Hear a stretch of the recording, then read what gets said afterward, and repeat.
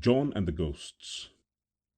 In the kingdom of Illyria there lived, not long ago, a poor woodcutter with 3 sons, who in time went forth to seek their fortunes.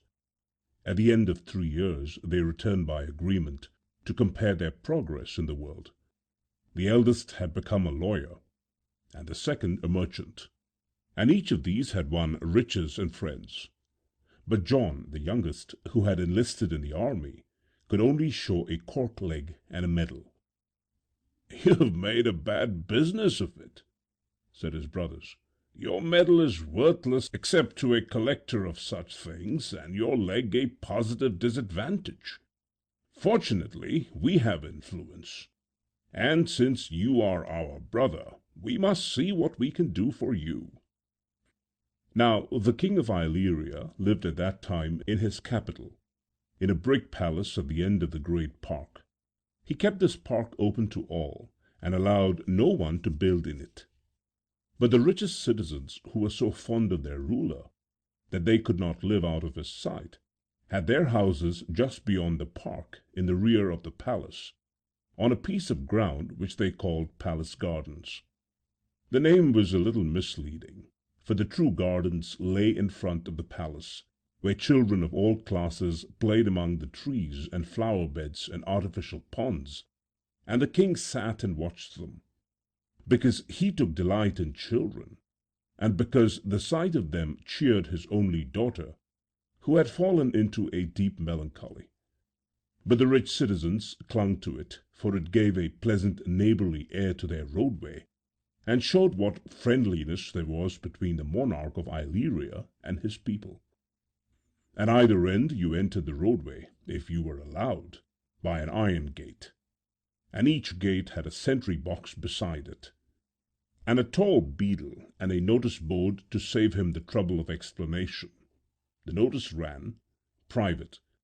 The beadle has orders to refuse admittance to all wagons, tradesmen's carts, hackney coaches, donkeys, beggars, disorderly characters, or persons carrying burdens."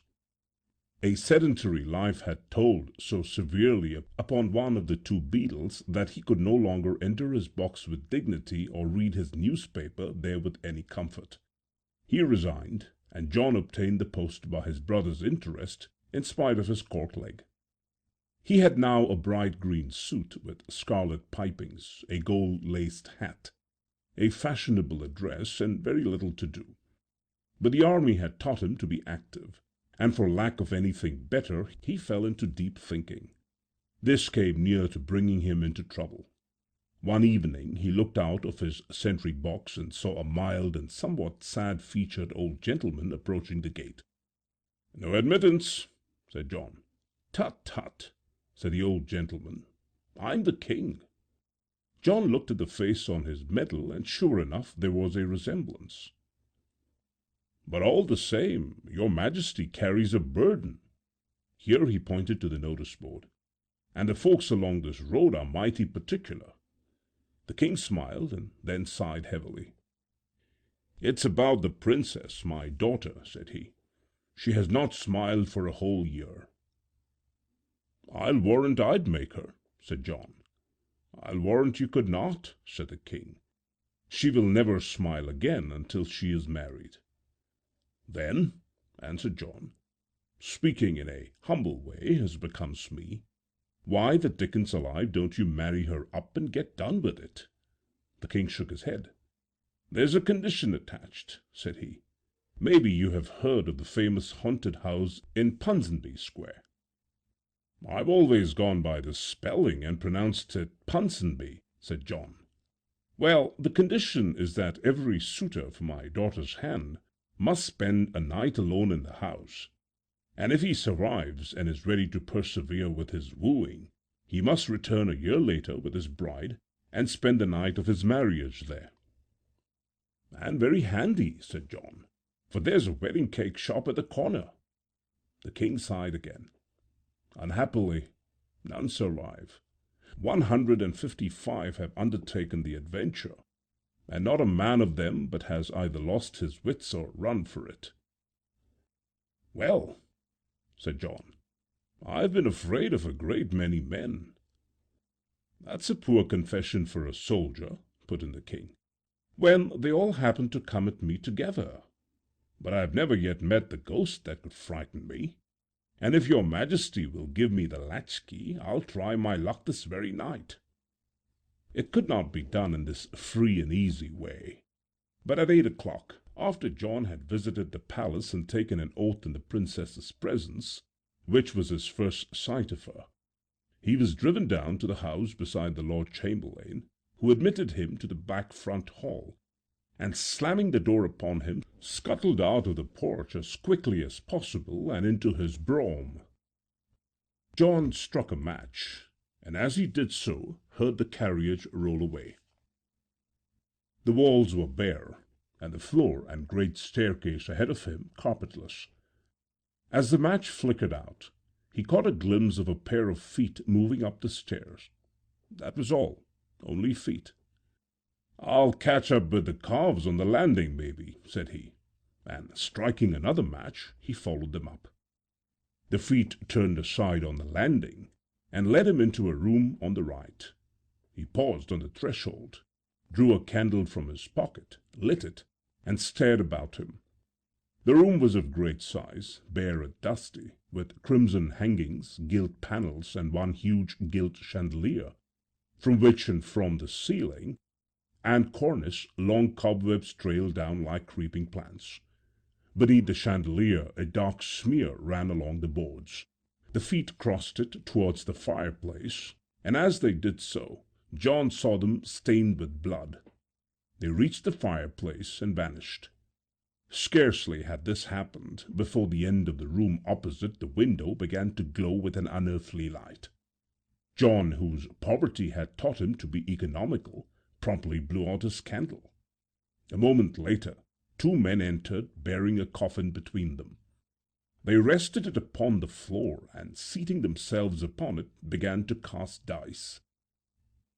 "Your soul, my soul," they kept saying in hollow tones, according as they won or lost.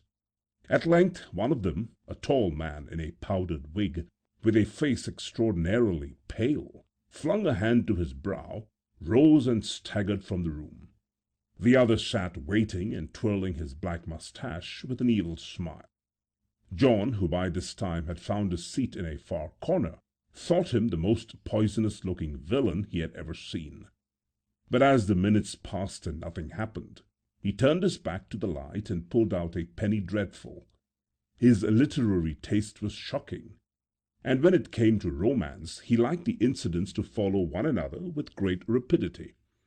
He was interrupted by a blood-curdling groan, and the first ruffian broke into the room, dragging by its grey locks the body of an old man. A young girl followed, weeping and protesting, with dishevelled hair, and behind her entered a priest with a brazier full of glowing charcoal. The girl cast herself forward on the old man's body, but the two scoundrels dragged her from it by force. "The money!" demanded the dark one, and she drew from her bosom a small key and cast it at his feet. "My promise!" demanded the other, and seized her by the wrist as the priest stepped forward. "Quick! Over this coffin, man and wife!" She wrenched her hand away and thrust him backward. The priest retreated to the brazier and drew out a red-hot iron. John thought it about time to interfere. "I beg your pardon," said he, stepping forward, "but I suppose you really are ghosts?" "We are unhallowed souls," answered the dark man impressively, "who return to blight the living with the spectacle of our awful crimes." "Meaning me?" asked John. "Aye, sir, and to destroy you tonight if you contract not upon your soul to return with your bride and meet us here a 12-month hence." Said John to himself. "They are 3-1, and after all it's what I came for, I suppose," he said aloud. "Some form of document is usual in these cases." The dark man drew out a pen and parchment. "Hold forth your hand," he commanded, and as John held it out, thinking he meant to shake it over the bargain, The fellow drove the pen into his wrist until the blood spurted. "Now sign." "Sign," said the other villain. "Sign," said the lady. "Oh, very well, miss. If you're in the swindle too, my mind is easier," said John, and signed his name with a flourish. "But a bargain is a bargain, and what security have I for your part in it?"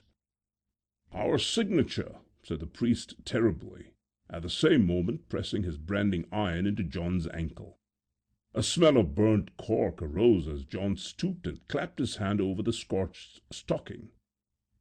When he looked up again, his visitors had vanished, and a moment later the strange light, too, died away. But the coffin remained for evidence that he had not been dreaming. John lit a candle and examined it.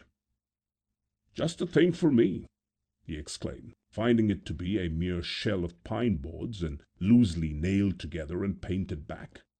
I was beginning to shiver. He knocked the coffin to pieces, crammed them into the fireplace, and very soon had a grand fire blazing, before which he sat and finished his penny dreadful, and so dropped off into a sound sleep.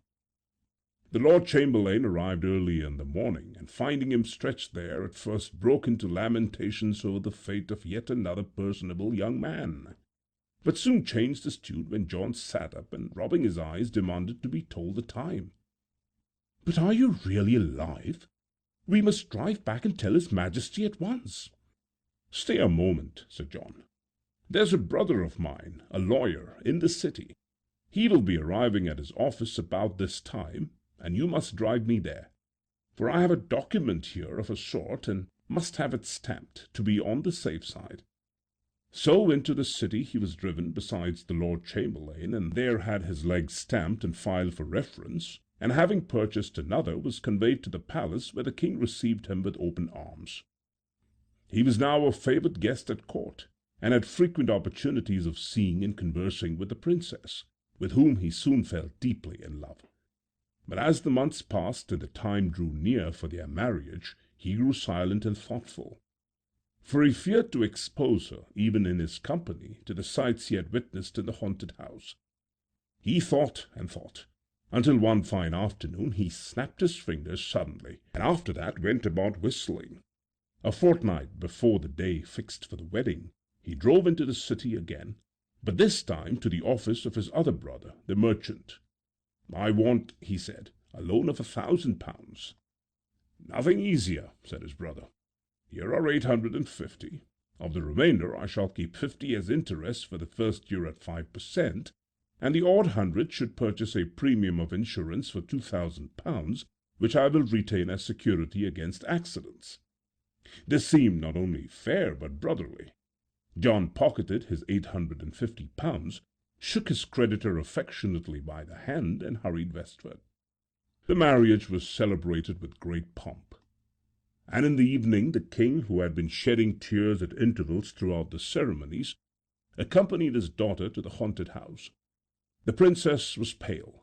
John, on the contrary, who sat facing her father in the state coach, smiled with a cheerfulness which, under the circumstances, seemed a trifle ill-bred. The wedding guests followed in 24 chariots. Their cards of invitation had said 2 to 5:30 p.m., and it was now 8 o'clock, but they could not resist the temptation to see the last of the "poor dear thing," as they agreed to call the bride. The king sat silent during the drive. He was preparing his farewell speech, which he meant to deliver in the porch. But arriving and perceiving a crowd about it, and also, to his vast astonishment, a red baize carpet on the perron, and a butler bowing in the doorway with 2 footmen behind him, he coughed down his exordium and led his daughter into the hall amid showers of rice and confetti. The bridegroom followed, and so did the wedding guests, since no one opposed them. The hall and staircase were decorated with palms and pot plants, flags and emblems of Illyria, and in the great drawing-room, which they entered while John persuaded the king to a seat, they found many rows of morocco-covered chairs, a miniature stage with a drop representing the play scene in Hamlet, a row of footlights, a boudoir grand piano, and a man seated at the keyboard whom they recognized as a performer in much demand at suburban dances. The company had scarcely seated itself before a strange light began to illuminate the end of the room at which the stage stood, and immediately the curtain rose to the overture of Monsieur Offenbach's Orphée aux Enfers, the pianist continuing with great spirit until a round of applause greeted the entrance of the two spectral performers. Its effect upon them was in the highest degree disconcerting. They set down the coffin, and after a brief and hurried conference in an undertone, the black mustachioed ghosts advanced to the footlights, singled out John from the audience, and with a terrific scowl demanded to know the reason of this extraordinary gathering. "Come, come, my dear sir," answered John. "Our contract, if you will study it, allows me to invite whom I choose. It merely insists that my bride and I must be present, as you see we are. Pray go on with your part, and assure yourself it is no use to try the high horse with me." The dark ghost looked at his partner, who shuffled uneasily. "I told you," said he, "we should have trouble with this fellow. I had a presentiment of it when he came to spend the night here without bringing a bulldog. That frightening of the bulldog out of his wits has always been our most effective bit of business." Hereupon the dark ghost took another tone. "Our fair but unfortunate victim has a sore throat tonight," he announced. "The performance is consequently postponed." And he seated himself sulkily upon the coffin, when the limelight man from the wings promptly bathed him in a flood of the most beautiful rose color. "Oh, this is intolerable!" he exclaimed, starting to his feet. "It is not first-rate, I agree," said John, "but, such as it is, we had better go through with it. Should the company doubt its genuineness, I can go around afterwards and show the brand and the cork." Here he tapped the leg which he had been careful to bring with him. Before this evidence of contract, the ghost's resistance collapsed. They seated themselves in the coffin and began the casting of dice. The performance proceeded, but in a half-hearted and perfunctory manner, notwithstanding the vivacious efforts of the limelight man. The tall ghost struck his brow and fled from the stage. There were cries of "Call him back!" but John explained that this was part of the drama, and no encores would be allowed. Whereupon the audience fell to hissing the villain, who now sat alone with the most lifelike expression of malignity. "Oh, hang it!" he expostulated after a while. "I am doing this under protest, and you need not make it worse for a fellow. I draw the line at hissing." "It's the usual thing," explained John affably. But when the ghost lady walked on, and in the act of falling on her father's body was interrupted by the pianist, who handed up an immense bouquet, the performers held another hurried colloquy. "Look here," said the dark-browed villain, stepping forward and addressing John. "What will you take to call it quits?" "I'll take," said John, "the key which the lady has just handed you. And if the treasure is at all commensurate with the fuss you have been making about it, we'll let bygones be bygones." Well, it did, and John, having counted it out behind the curtain, came forward and asked the pianist to play "God Save the King," and so, having bowed his guests to the door, took possession of the haunted house, and lived in it many years with his bride, in high renown and prosperity. The Room of Mirrors, by Arthur Quiller Couch. A late hansom came swinging round the corner into Lennox Gardens, cutting it so fine that the near wheel ground against the curb and jolted the driver in his little seat. The jingle of bells might have warned me, but the horse's hoofs came noiselessly over the half-frozen snow, which lay just deep enough to hide where the pavement ended and the road began, and moreover, I was listening to the violins behind the first-floor windows of the house opposite. They were playing the Wienerblut. As it was, I had time enough, and no more, to skip back and get my toes out of the way. The cabby cursed me. I cursed him back so promptly and effectively that he had to turn in his seat for another shot. The windows of the house opposite let fall their light across his red and astonished face. I laughed, and gave him another volley. My head was hot, though my feet and hands were cold, and I felt equal to cursing down any cabman within the 4-mile radius. That second volley finished him. He turned to his reins again and was borne away defeated.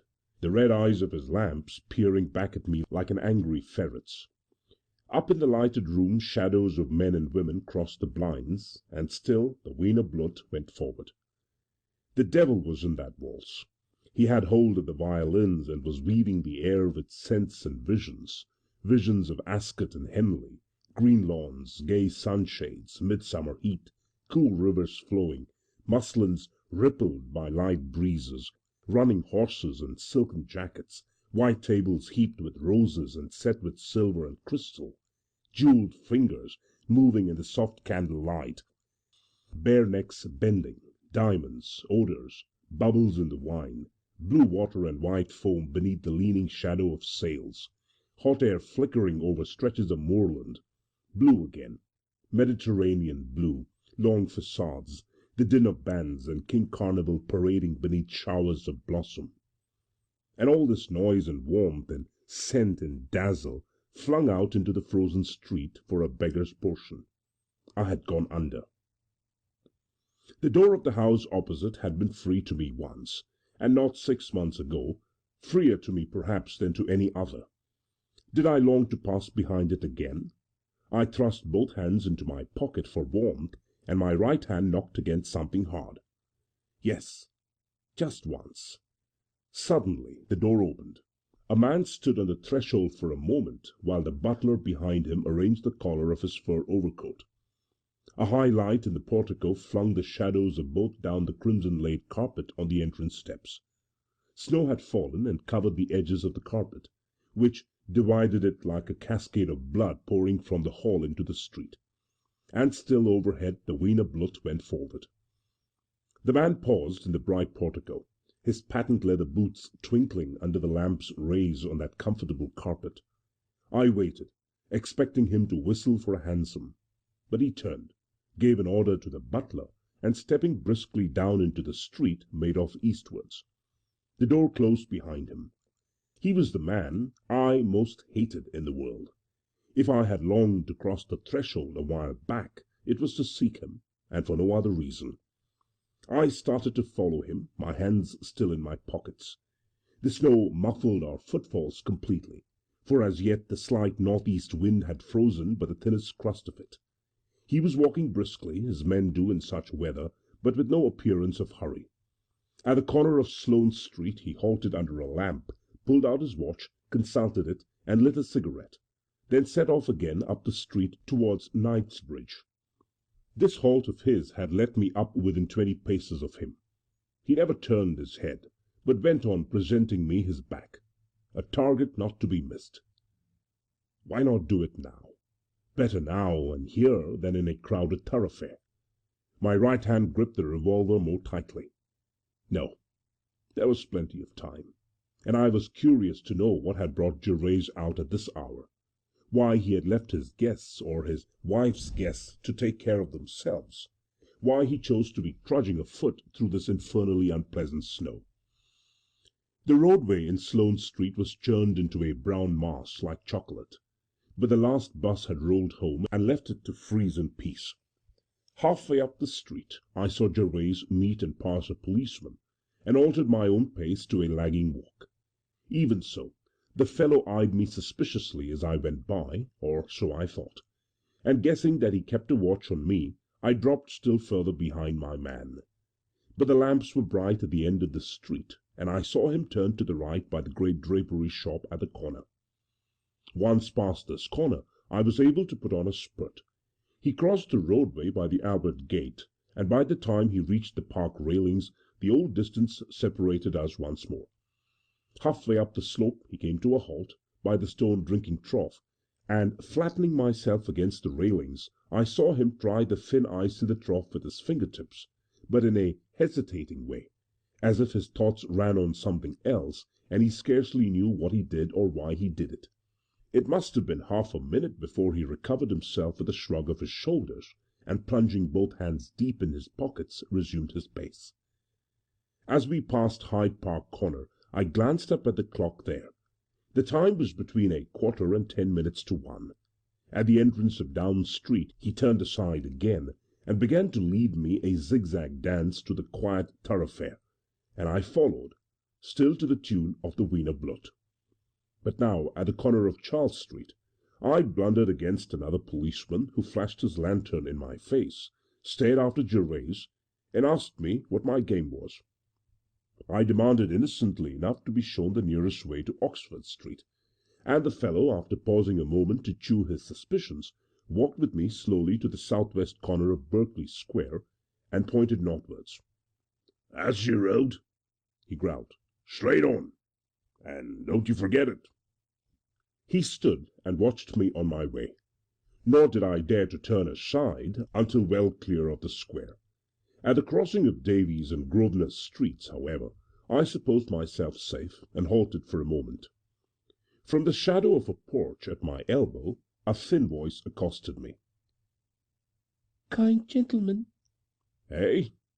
I spun around on her sharply, for it was a woman, stretching out one skinny hand and gathering her rags together with the other. "Kind gentleman, spare a copper. I've no better days, I have indeed." "Well," said I, "as it happens, I'm in the same case, and they couldn't be much worse, could they?" She drew a shuddering breath back through her teeth, but still held out her hand. I felt for my last coin, and her fingers closed on it so sharply that their long nails scraped the back of mine. "Kind gentlemen." "Aye, they are kind, are they not?" She stared at me, and in a nerveless tone let one horrible oath escape her. "There'll be one less before morning," said I, "if that's any consolation to you. Good night." Setting off at a shuffling run, I doubled back along Grosvenor Street and Bond Street to the point where I hoped to pick up the trail again. And just there, at the issue of Bruton Street, two constables stood ready for me. "I thought as much," said the one who set me on my way. "Aye, you. Wait a moment, please." Then to the other, "Best turn his pockets out, Jim." "If you dare to try—" I began, with my hand in my pocket. The next moment I found myself sprawling face downward on the sharp crust of snow. "Hello, constables," said a voice. "What's the row?" It was Gervase.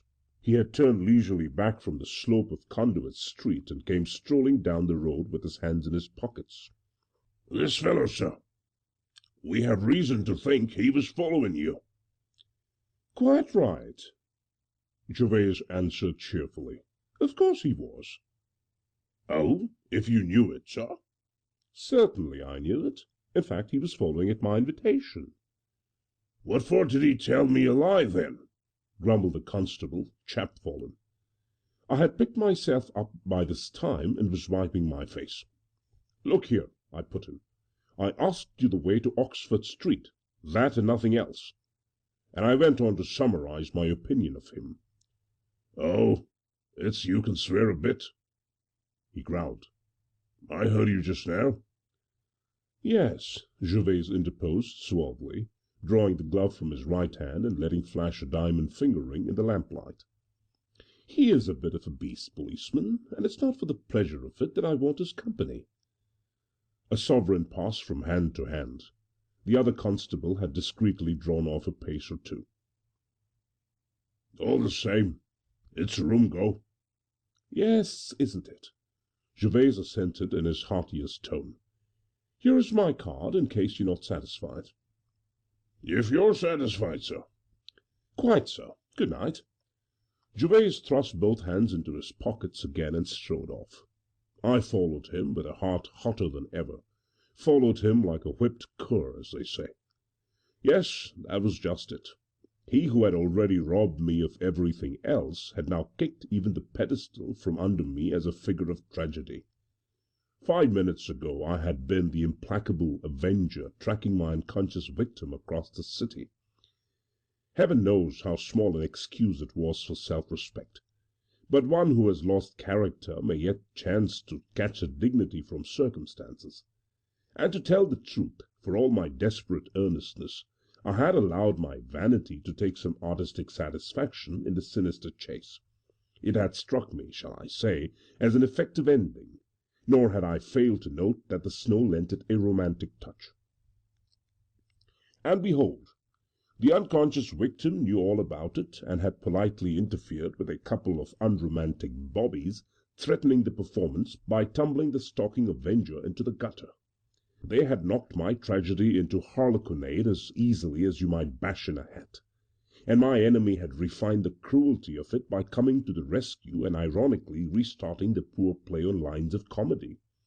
I saw too late that I ought to have refused his help, to have assaulted the constable and been hauled to the police station. Not an impressive wind-up, to be sure, but less humiliating than this. Even so, Gervase might have trumped the poor card by allowing with a gracious offer to bail me out. As it was, I had put the whip into his hand and must follow him like a cur. The distance he kept assured me that the similitude had not escaped him. He strode on without deigning a single glance behind, still in cold derision presenting me his broad back and silently challenging me to shoot. And I followed, hating him worse than ever, swearing that the last 5 minutes should not be forgotten, but charged for royally when the reckoning came to be paid. I followed thus up Conduit Street, up Regent Street, and across the Circus.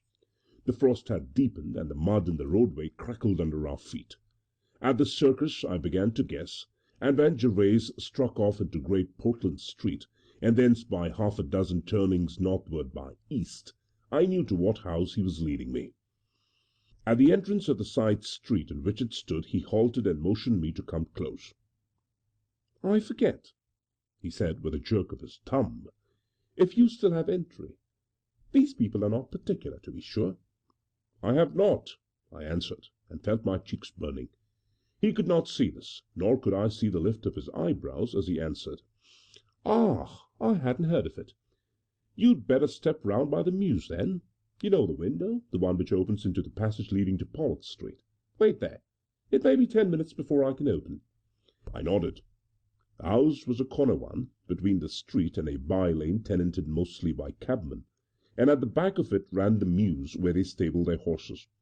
Half-way down this mews a narrow alley cut across it at right angles, a passage unfrequented by traffic, known only to the stablemen, and in the daytime used only by their children, who played hopscotch on the flagged pavement, where no one interrupted them. You wondered at its survival. From end to end it must have measured a good 50 yards, in a district where every square foot of ground fetched money, until you learned that the house had belonged in the 20s to a nobleman who left a name for eccentric profligacy, and who, as owner of the land, could afford to indulge his humours. The estate since his death was in no position to afford money for alterations, and the present tenants of the house found the passage convenient enough. My footsteps disturbed no one in the sleeping mews, and doubling back noiselessly through the passage, I took up my station beside the one low window which opened upon it from the blank back premises of the house. Even with the glimmer of snow to help me, I had to grope for the window sill to make sure of my bearings. The minutes crawled by, and the only sound came from a stall where one of the horses had kicked through his thin straw bedding and was shuffling an uneasy hoof upon the cobbles. Then, just as I too had begun to shuffle my frozen feet, I heard a scratching sound, the unbolting of a shutter, and Gervase drew up the sash softly. "Nip inside," he whispered. "No more noise than you can help. I have sent off the night porter. He tells me the bank is still going in front of the house. Half a dozen plating, perhaps." I hoisted myself over the sill and dropped inside. The wall of this annex, which had no upper floor and invited you to mistake it for a harmless studio, was merely a sheet, so to speak. Within, a corridor divided it from the true wall of the room, and this room had no window or top light, though a handsome one in the roof, a dummy, beguiled the eyes of its neighbours. There was but one room, an apartment of really fine proportions, never used by the tenants of the house, and known but to a few curious ones among its frequenters. The story went that the late owner, Earl C., had reason to believe himself persistently cheated at cards by his best friends, and in particular by a duke of the blood royal, who could hardly be accused to his face. The Earl's sense of honour forbade him to accuse any meaner man while the big culprit went unrebuked. Therefore he continued to lose magnificently while he devised a new room for play, the room in which I now followed Gervase. I had stood in it once before and admired the courtly and costly thoroughness of the Earl's rebuke. I had imagined him conducting his expectant guests to the door, ushering them in with a wave of the hand, and taking his seat tranquilly amid the dead, embarrassed silence, had imagined him facing the royal duke and asking, "Shall we cut?" with a voice of the politest inflection. For the room was a sheet of mirrors. Mirrors panelled the walls, the doors, the very backs of the shutters. The tables had mirrors for tops. The whole ceiling was one vast mirror. From it depended three great candelabra of cut glass set with reflectors here, there, and everywhere. I had heard that even the floor was originally of polished brass. If so, later owners must have ripped up the plates and sold them, for now a few cheap oriental rugs carpeted the unpolished boards. The place was abominably dusty. The striped yellow curtains had lost half their rings and drooped askew from their soiled valances. Across one of the wall panels ran an ugly scar. A smell of rat pervaded the air. The present occupiers had no use for a room so obviously unsuitable to games of chance, as they understood chance, and I doubt if a servant entered it once a month. Gervais had ordered candles and a fire, but the chimney was out of practice, and the smoke wreathed itself slowly about us as we stood surrounded by the ghostly company of our reflected selves. "We shall not be disturbed," said Gervais. "I told the man I was expecting a friend, that our business was private, and that until he called I wished to be alone. I did not explain by what entrance I expected him. The people in the front cannot hear us. Have a cigar." He pushed the open case towards me. Then, as I drew back, "You've no need to be scrupulous," he added, "seeing that they were bought with your money." "If that's so, I will," said I. Having chosen one, struck a match. Glancing round, I saw 100 small flames spurt up, and 100 men hold them to 100 glowing cigar tips. "After you with the match." Gervais took it from me with a steady hand. He, too, glanced about him while he puffed. "Ugh!" He blew a long cloud and shivered with his furred overcoat. "What a gang!" "It takes all sorts to make a world," said I, fatuously, for lacking of anything better. "Don't be an infernal idiot," he answered, flicking the dust of one of the gilt chairs, and afterwards cleaning a space for his elbow on the looking-glass table. "It takes only two sorts to make the world we've lived in, and that's you and I." He gazed slowly round the walls. "You and I, and a few fellows like us, not to mention the women, who don't count." "Well," said I, "as far as the world goes, if you must discuss it, I always found it a good enough place." "Because you started as an unconsidering fool, and because afterwards, when we came to grips, you were the underdog and I gave you no time. My word, how I have hustled you!" I yawned. "All right, I can wait. Only if you suppose I came here to listen to your moral reflections." He pulled a cigar from between his teeth and looked at me along it. "I know perfectly well why you came here," he said, slowly, and paused. "Hadn't we better have it out, with the cards on the table?" He drew a small revolver from his pocket and laid it with a light clink on the table before him. I hesitated for a moment, then followed his example, and the silent men around us did the same. A smile curled his thin lips as he observed this multiplied gesture. "Yes," he said, as if to himself, "that is what it all comes to." "And now," said I, "since you know my purpose here, perhaps you will tell me yours." "That is just what I am trying to explain, only you are so impatient, and it's a trifle complicated." He puffed for a moment in silence. "Roughly, it might be enough to say that I saw you standing outside my house a while ago, that I needed a talk with you alone in some private place, that I guessed if you saw me you would follow me with no more invitation, and that, so reasoning, I led you here, where no one is likely to interrupt us." "Well," I admitted, "all that seems plain sailing." "Quite so. But it's at this point the thing grows complicated." He rose, and walking to the fireplace, turned his back on me and spread his palms to the blaze. "Well," he asked, after a moment, gazing into the mirror before him, "why don't you shoot?" I thrust my hands into my trouser pockets and leaned back staring, I dare say sulkily enough, at the two revolvers within grasp. "I've got my code," I muttered. "The code of these mirrors. You won't do the thing because it's not the thing to do. Because these fellows—" He waved a hand, and the ghosts waved back at him. "Don't do such things. And you haven't the nerve to sin off your own bat. Come." He strolled back to his seat and leaned towards me across the table. "It's not much of a boast of, but at this 11th hour we must snatch what poor credit we can. You are, I suppose, a more decent fellow for not having fired, and I— By the way, did you feel the temptation?" I nodded. "You may put your money on that. I never see you without wanting to kill you. What's more, I'm going to do it." "And I," he said, "knew the temptation and risked it. No, let's be honest about it. There was no risk, because, my good sir, I know you to a hair." "There was," I growled. "Pardon me, there was none. I came here having a word to say to you, and these mirrors have taught me how to say it. Take a look at them. The world we are leaving, that's it, and a cursed second-hand, second-class one at that." He paced slowly round on it, slewing his body in the chair. "I say a second-class one," he resumed, "because, my dear Cherry, when all's said and done, we are second-class, the pair of us, and pretty bad second-class. I met you first at Harrow. Our fathers had money. They wished us to be gentlemen without well understanding what it meant. And with unlimited pocket money and his wits about him, any boy can make himself a power in a big school. That is what we did. Towards the end we even set the fashion for a certain set, and a right bad fashion it was. But in truth, we have no business there. On every point of breeding we were outsiders.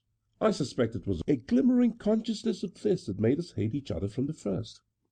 We understood one another too well. Oh, there's no mistaking it. Whatever we've missed in life, you and I have hated." He paused, eyeing me queerly. I kept my hands in my pockets. "Go on," I said. "From Harrow we went to college. The same business over again.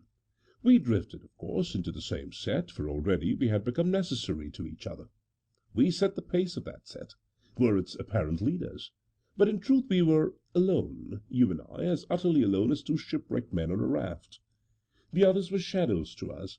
We followed their code because we had to be gentlemen, but we did not understand it in the least. For, after all, the roots of that code lay in the breeding and tradition of honour, with which we had no concern. To each other you and I were intelligible and real, but as concerned that code and the men who followed it by right of birth and nature, we were looking-glass men, imitating. "We set the pace," I said. "You allowed that." "To be sure we did. We even modified the code a bit, to its hurt, though as conscious outsiders we would dare very little. For instance, the talk of our associates about women, and no doubt their thoughts too, grew sensibly baser. The sanctity of gambling debts, on the other hand, we did nothing to impair, because we had money. I recall your virtuous indignation at the amount of paper floated by poor W. towards the end of the great baccarat term. Poor devil! He paid up, or his father did, and took his name off the books. He's in Ceylon now, I believe. At length you have earned a partial right to sympathize, or would have if you only had paid up." "Take care, Gervase." "My good sir, don't miss my point. Wasn't I just as indignant with W.? If I'd been warned of Newmarket Heath, if I'd been shown the door of the hell we are sitting in, shouldn't I feel just as you are feeling? Try to understand." "You forget Elaine, I think." "No, I do not forget Elaine. We left college. I to add money to money in my father's office, you to display your accomplishments in spending what your father had earned. That was the extent of the difference, to both of us. Money and the indulgence it buys meant everything in life. All I can boast of is the longer sight. The office hours were a nuisance, I admit, but I was clever enough to keep my hold on the old set. And then, after office hours, I met you constantly, and studied and hated you. Studied you because I hated you. Elaine came between us. You fell in love with her. That I too should fall in love with her was no coincidence, but the severest of logic. Given such a woman and two such men, no other course of fate is conceivable. She made it necessary for me to put hate into practice. If she had not offered herself, why, then it would have been somebody else. That's all. Good Lord! He rapped the table, and his voice rose for the first time above its level of exposition. You don't suppose all my study, all my years of education were to be wasted? He checked himself, eyed me again, and resumed in his old voice. You wanted money by this time. I was a solicitor, your old college friend, and you came to me. I knew you would come, as surely as I knew you would not fire that pistol just now. For years I had trained myself to look into your mind and anticipate its working. Didn't I tell you from the first you were the only real creature this world held for me? You were my only book, and I had to learn you, at first without fixed purpose, then deliberately. And when the time came, I put into practice what I knew. Just that and no more. My dear Reggie, you never had a chance. Elaine? I muttered again. Elaine was the girl for you, or for me. Just that again and no more. By George, I said, letting out a laugh. If I thought that. What? Why, then after ruining me, you have missed being happy. He sighed impatiently, and his eyes, though he kept them fastened on mine, seemed to be tiring. I thought, he said, I could time your intelligence over any fence. But tonight there's something wrong. Either I'm out of practice, or your brain has been going to the deuce. What, man? You're shying at every bank. Is it drink, eh? Or hunger? It might be a little bit of both, I answered. But stay a moment, and let me get things straight. I stood between you and Elaine. No, give me time. Between you and your aims, whatever they were. Very well, you trod over me, or rather you pulled me up by the roots and pitched me into outer darkness to rot. And now it seems that, after all, you are not content. In the devil's name, why? Why? Oh, cannot you see? Take a look at these mirrors again. Our world. I tell you. See, you and I, always you and I. Man, I pitched you into the darkness, as you say, and then I woke and knew the truth, that you were necessary to me. Eh? I can't do without you. It broke from him in a cry. So help me God, Reggie, it is the truth. I stared in his face for half a minute maybe, and broke out laughing. Jeshurun waxed fat and turned sentimental. A nice copybook job you make of it, too. Oh, send my brother back to me, I cannot play alone. Perhaps you'd like me to buy a broom and hire the crossing in Lennox Gardens. Then you'd be able to contemplate me all day long and nourish your fine fat soul with delicate eating. Ah, you make me sick. It's the truth, said he quietly. It may be. To me it looks a sight more like foie gras. Can't do without me, can't you? Well, I can jolly well do without you, and I'm going to. I warn you, he said. I have done you an injury or two in my time, but by George, if I stand up and let you shoot me, well, I hate you badly enough, but I won't let you do it without fair warning. I'll risk it anyway, said I. Very well. He stood up and folded his arms. Shoot, then, and be hanged. I put out my hand to the revolver, hesitated, and withdrew it. That's not the way, I said. I've got my code, as I told you before. Does the code forbid suicide? He asked. That's a different thing. Not at all. The man who commits suicide kills an unarmed man.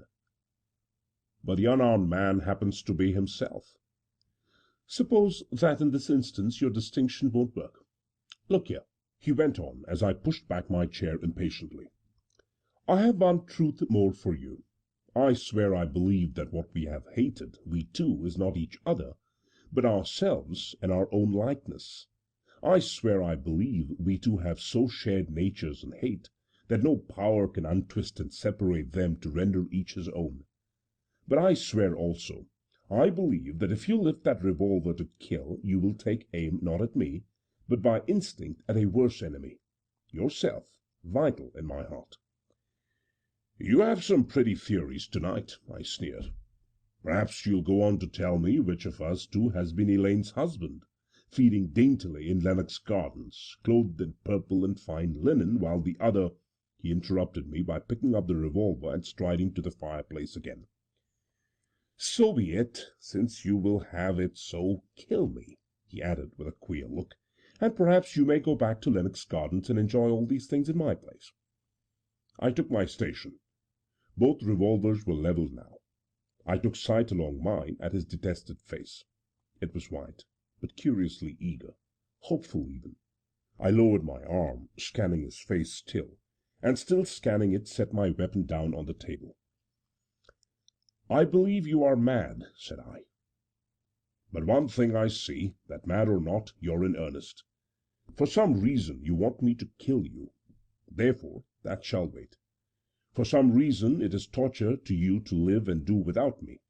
Well, I'll try you with that. It will do me good to hurt you a bit.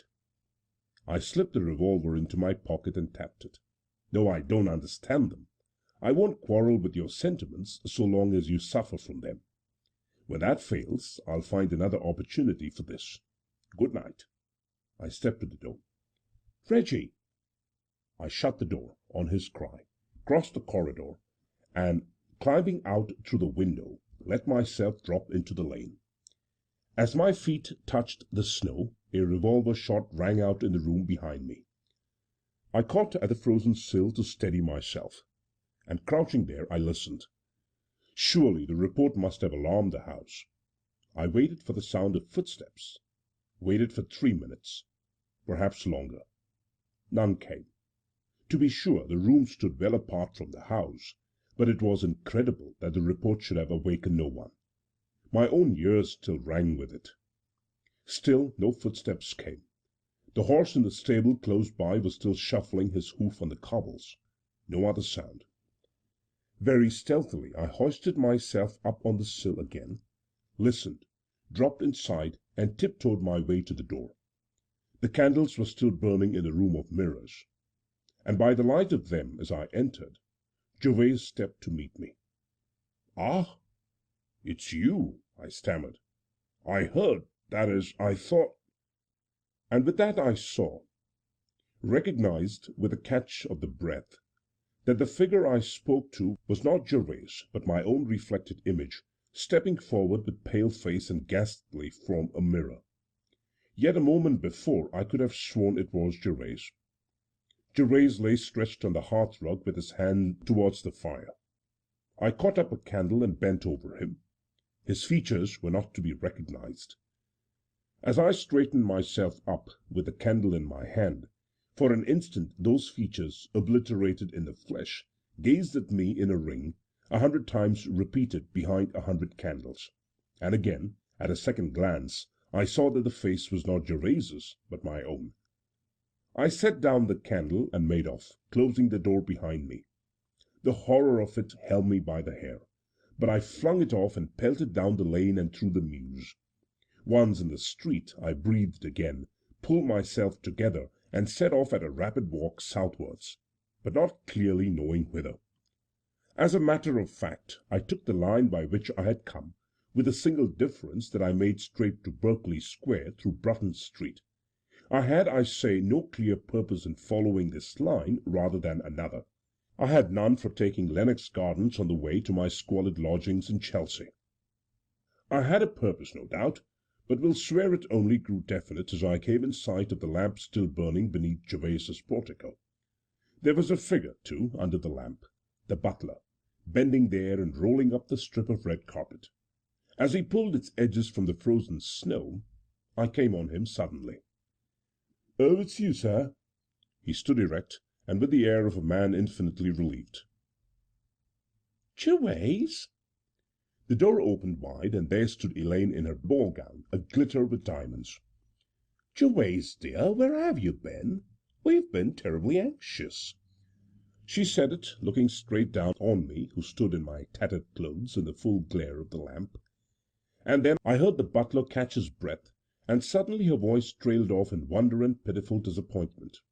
"It's not Gervase. It's red.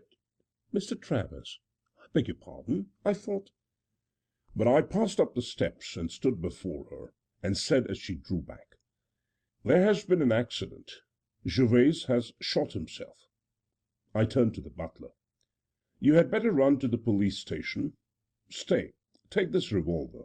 It won't count anything as evidence, but I ask you to examine it and make sure all the chambers are loaded."